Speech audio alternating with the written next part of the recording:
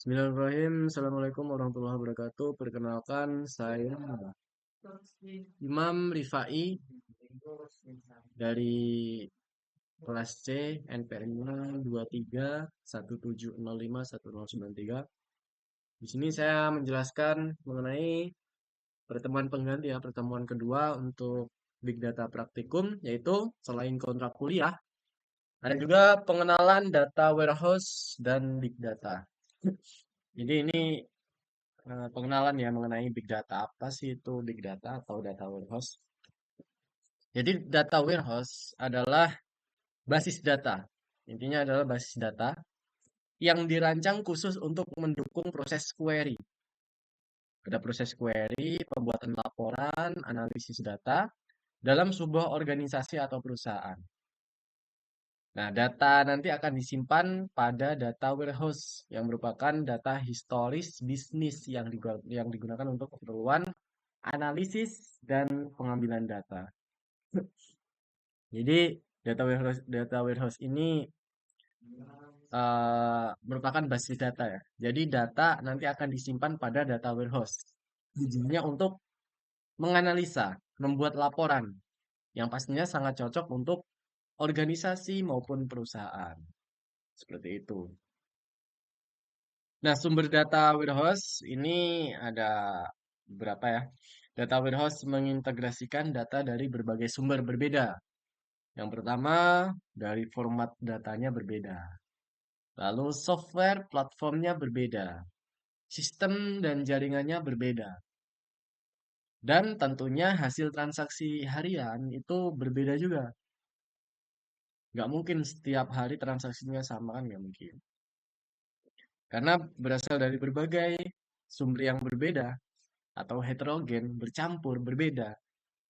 Data yang masuk ke dalam data warehouse harus melalui proses standarisasi dan integrasi agar tersimpan dalam format yang baku dan konsisten.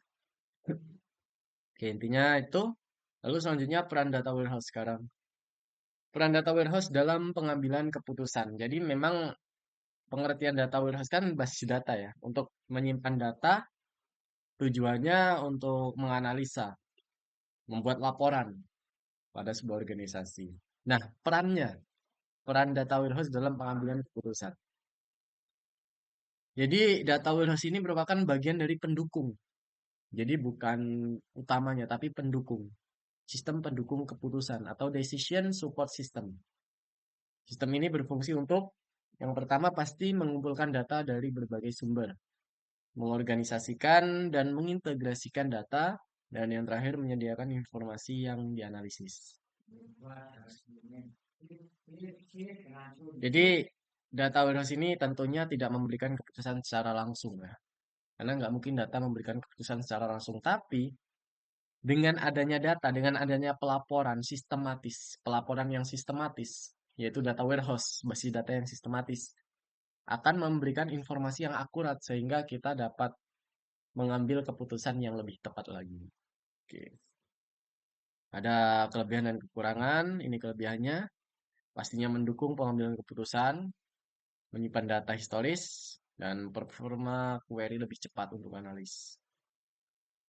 Ini ada biayanya. Implementasinya cukup tinggi. Lalu waktunya juga cukup lama karena mengumpulkan data itu juga ada beberapa data yang sangat mahal ya. Terus waktunya juga perlu waktu yang lama, tapi ini tidak selalu ya. Dua ini tidak selalu.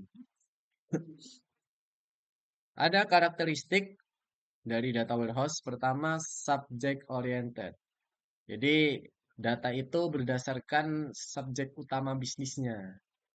Misalkan ada penjualan, data penjualan, terus data pelanggan, data produk. Nah, itu ada apa ya dikategorikan berdasarkan subjek utama bisnisnya. Lalu ada integrat atau integrasi ya. Data berasal dari berbagai sumber yang telah distandarisasi dalam satu format yang konsisten. Lalu ada time varian, yaitu waktu historis yang memiliki dimensi waktu varian, time varian.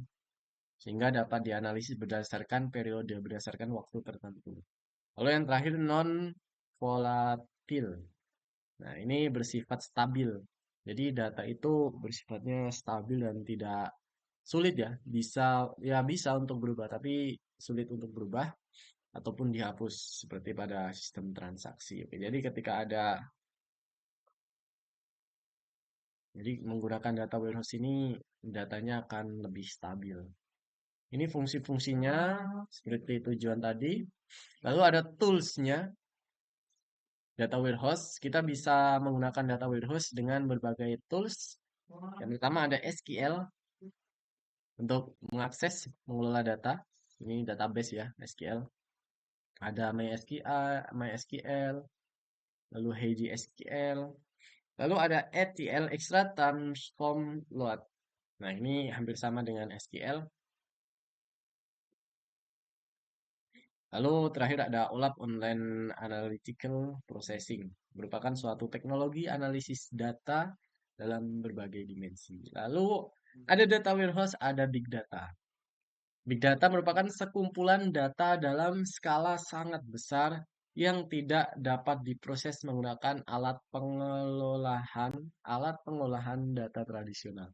Oleh karena itu, diperlukan teknologi dan metode khusus untuk mengelola serta mengekstraksi nilai dari data tersebut.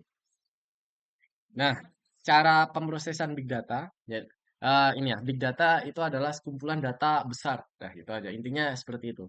Yang tentunya karena saking besarnya tidak bisa dilakukan pengolahan secara tradisional. Kenapa ya? Capek. Nah, makanya diperlukan teknologi khusus. Nah, pemrosesan big data ini ada berbagai teknik. Ada clustering atau pemrosesan terdistribusi. Ada partisi data, penyimpanan pada data warehouse atau data lake. Lalu terakhir pemrosesan menggunakan framework seperti Apache Spark. Ya, ini definisi big data ini ya. Jadi eh,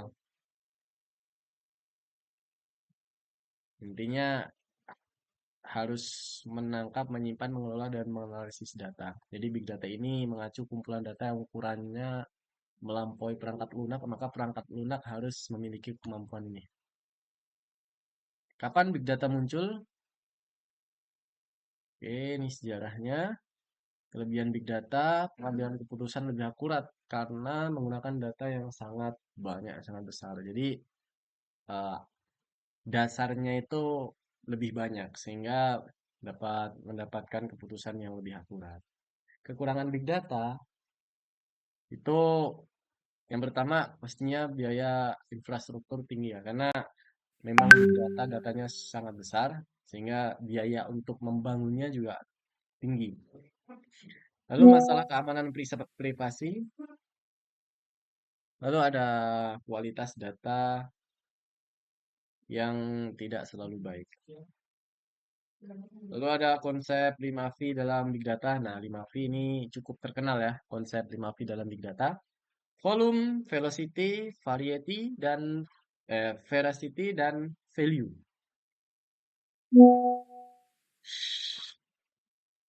Jadi ada volume, jumlah data, velocity, kecepatan pertumbuhan, kecepatan pemrosesan data, atau real time, lalu variety, keanekaragaman, lalu veracity, data besar bukan berarti tidak bersih.